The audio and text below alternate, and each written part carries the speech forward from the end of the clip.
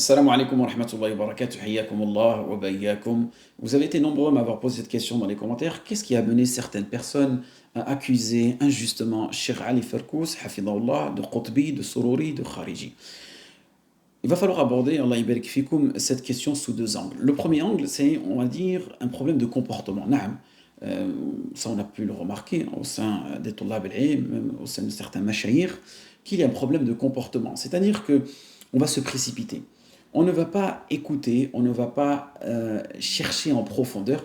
Et certaines personnes, juste parce qu'elles entendent un savant parler du gouverneur, mentionner un gouverneur, elles ont un antivirus qui se déclenche très très rapidement, qui est de dire ah, cette personne, peut-être qu'elle appelle au khurouj, ah, cette personne-là, son minage, c'est le minage des khawarij, très très rapidement, sans même mesurer, sans même analyser.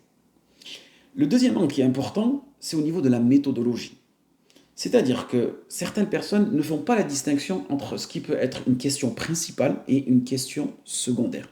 Ceux qui ont accusé Cheikh Ali Farkous de ce que je vous ai mentionné précédemment, c'est qu'ils n'ont pas su faire la distinction entre une personne qui critique, ou bien qui conseille, ou bien qui mentionne certaines erreurs du gouvernement ou bien du gouverneur en public, d'accord, et qui n'appelle pas à la rébellion. Et qui n'appelle pas à la rébellion. Si cette personne-là n'appelle pas à la rébellion, cette personne-là reste toujours sous l'étendard de Ahl Sunnah wal Jama'a. Cela, il faut le comprendre. En revanche, une personne qui a effectué tous les points que je vous ai mentionnés précédemment et qui appelle à la rébellion, cette personne-là, elle fera partie des Khawarij. Pourquoi? Parce que chez le minage des Khawarij, et cela fait partie de l'Aqidah d'Ahl Sunnah wal Jama'a, si vous étudiez par exemple Usul al-Sunnah de l'imam Ahmad, vous allez étudier cette mas'ala-là, dans laquelle il est mentionné que si on est amené à appeler à la rébellion, ça ramènera une certaine instabilité et on va tout simplement causer du tort à la communauté musulmane. Donc c'est pour cela que les savants l'ont interdit. Et l'imam Nawawi rahmatullah alayhi, dans Sharh Muslim, il a dit Hukiya al-ijma', il y a pratiquement consensus là-dessus que cela est interdit. Parfait. Mais est-ce que c'est interdit de façon absolue? Non. Les savants ont dit que, bien sûr, le musulman ne va pas vivre sous l'injustice de façon permanente. Il y a certaines conditions sous lesquelles le peuple, les savants ou certains responsables de la communauté peuvent appeler à la rébellion si le gouverneur en lui-même appelle à la mécréance de façon manifeste ou bien il pratique. Donc toutes ces conditions, elles doivent être réunies ou pratique. Ensuite, il y a des divergences bien sûr entre savants. Pratique le kufr de façon manifeste, appelle au kufr de façon manifeste, et vous avez la capacité de vous débarrasser de ce gouverneur-là, et il y a une maslaha, il y a un intérêt bénéfique. Donc vous voyez, la question, donc, elle nécessite un peu de recul et ne pas se précipiter. Donc ceux qui ont plus ou moins accusé le shirk, c'est qu'ils n'ont pas compris, ils n'ont pas fait la distinction entre ces deux masaïl. Ensuite, sachez, barakallahu fikoum, que la mention, ce que je vous ai mentionné précédemment, le fait de critiquer ou blâmer ou conseiller le gouverneur publiquement fait partie des masaïl sur lesquels les savants ont divergé. Donc c'est-à-dire qu'il n'y a pas un consensus que cela est totalement interdit. Car cela, on l'a retrouvé chez certains savants, ce comportement-là. On l'a retrouvé chez certains savants.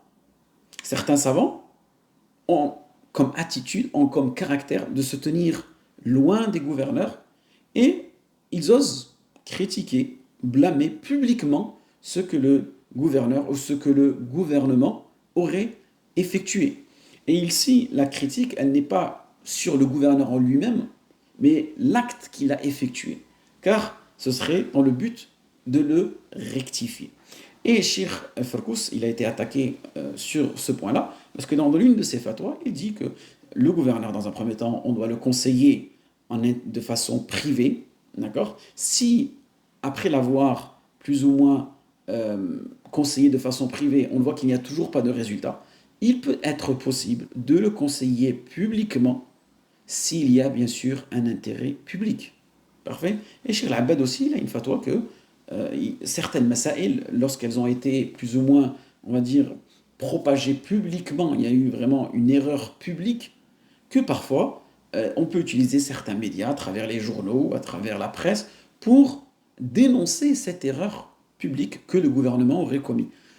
Et bien sûr, dans le but du conseil, et sans vouloir dénigrer le gouverneur, et sans vouloir mettre l'animosité du gouverneur dans le cœur des musulmans.